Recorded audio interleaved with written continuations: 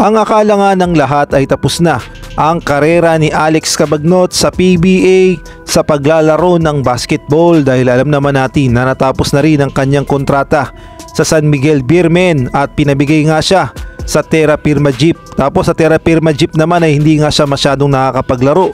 Kaya naman ang akala nga ng lahat ay maglalaro na lamang siya sa MPBL. Ngunit laking gulat nga ng lahat sa lumabas na balita dahil hindi pa pala tapos itong si The Crunchman sa paglalaro ng basketball. Ayon kasi sa report, sa edad na 41 years old, itong si Alex Cabagnot ay nabigyan pa ng bagong kontrata. Ngunit hindi na nga sa PBA dahil itong si Alex Cabagnot ay maglalaro sa Korean Basketball League. Binigyan nga siya ng kontrata ng isang team doon at marami nga ang nagulat dahil 41 years old tapos nabigyan pa ng magandang kontrata sa KBL. Sa ibang balita naman, trending naman ang dalawang import na ito kahapon at unahin na nga natin itong si Zach Lofton.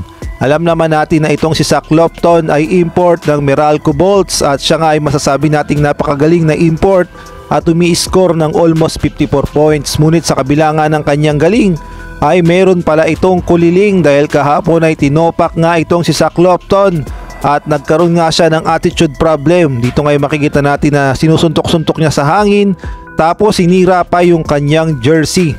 Kaya naman nagalit itong si Zach Lofton dahil hindi nga nagpapasok ang kanyang mga tira. Kaya naman dinaan niya sa init ng ulo ang kanyang depression. Ang nakakapagtaka lang ay hindi nga naaksyonan ito ng PBA at parang walang binigay na sanksyon dito kay Zach Lofton.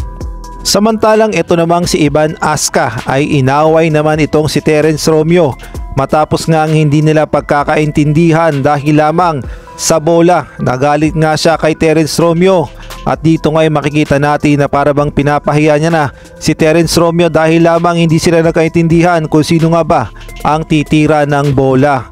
Dito nga ay makikita natin na inaaway-away niya na si Terence Romeo at sinasagot-sagot niya na ang kanyang kakampi.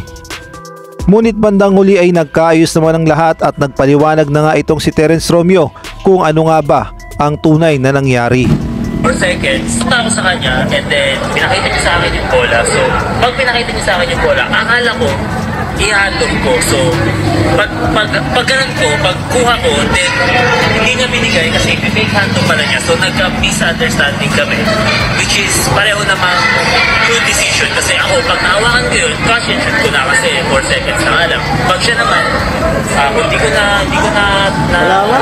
hindi kami nagkalikuhan, baka pwedeng may layup din siya. So, pareho kami good intention.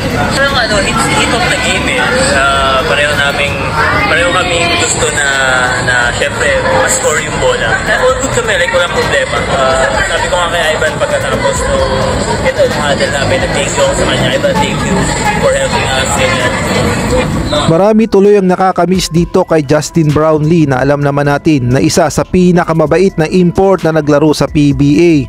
Since 2016 nga ay wala pa itong naging record na nakipag-away sa mga kapwa players at gayon na rin sa kanyang mga kapwa import at masasabi nating isa siya sa pinakamabait na na-import na naglaro sa PBA.